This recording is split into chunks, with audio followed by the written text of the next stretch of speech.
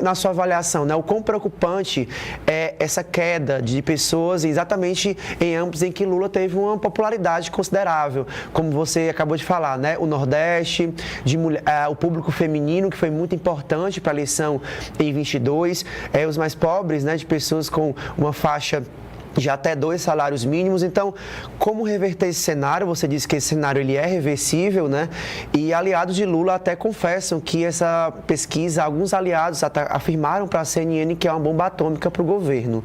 Como reverter esse cenário, principalmente aí com a inflação dos alimentos, que não há perspectiva, né, de melhoras? Não sei se o governo já estuda uma medida aí, não sei se temporária, né? Algum investimento, algum projeto a ser investido no Congresso Nacional, mas é um problema grande para o governo federal, Walter. Como resolver essa questão em pouco tempo? Lula aí tem um pouco menos de 2 anos de mandato. Como é que essa situação pode ser revertida?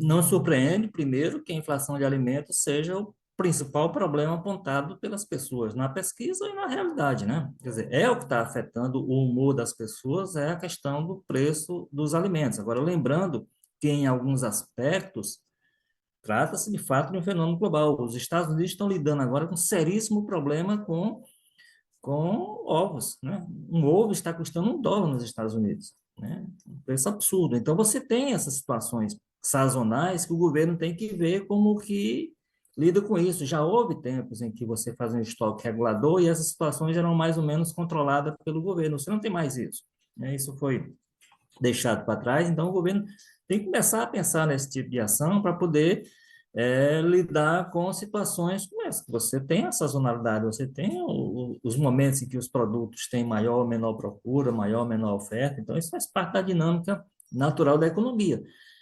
Então, isso está impactando, e aí você tem a questão dos combustíveis, né? Você tem uma série de situações que elas impactam na vida das pessoas e refletem na aprovação. Essas visões catastrofistas que há, inclusive, dentro do governo, assim, o governo podia, podia pedir às pessoas, olha, ao invés de dizer isso através de uma fonte, pessoas ligadas ao governo, quem é a pessoa dentro do governo que chamou isso de bomba atômica? O governo faz as pesquisas dele, o governo tem noção. Esse é um dado que é ruim para o governo no momento em que ele se torna público, como se torna agora através de uma pesquisa como essa do Datafolha, mas o governo monitora esse tipo de situação e os movimentos que o governo tem feito ultimamente, por exemplo, eu acho que tem esses problemas pontuais da inflação, da segurança pública. A segurança pública, por exemplo, é uma coisa engraçada, mas o problema maior que tem nesse momento é realmente a tal da batalha da comunicação, né?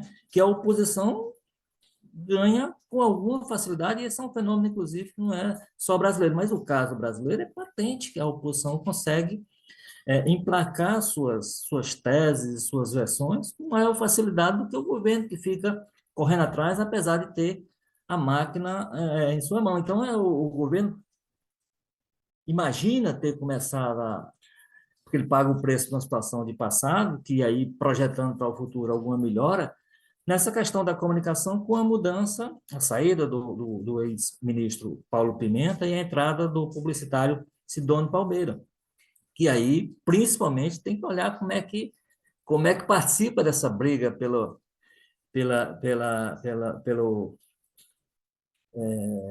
narrativa, que é um termo meio desgastado, mas que se usa muito, pela briga na narrativa, principalmente no ambiente das redes sociais, onde quase tudo é possível, né? Então, onde é que o governo, agindo dentro da legalidade sem ser através da mentira, como é que ele participa dessa briga e como é que ele equilibra melhor esse jogo?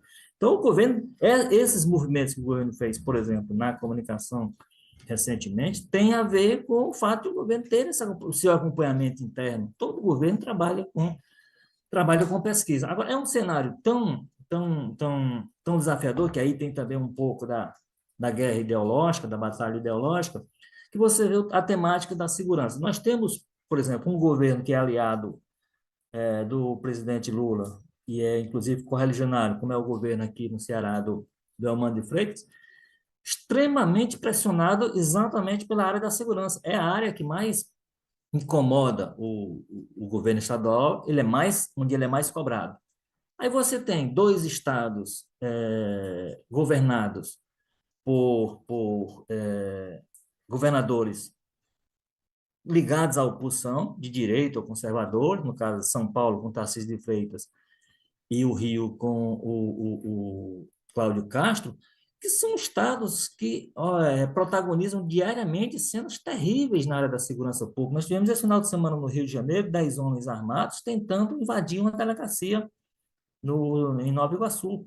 Nós tivemos semana passada em São Paulo um latrocínio, um homicídio, uma morte que impactou muito na cidade, porque foi numa área nobre e tudo, que foi um ciclista assassinado por um assalto numa área nobre, que impactou muito.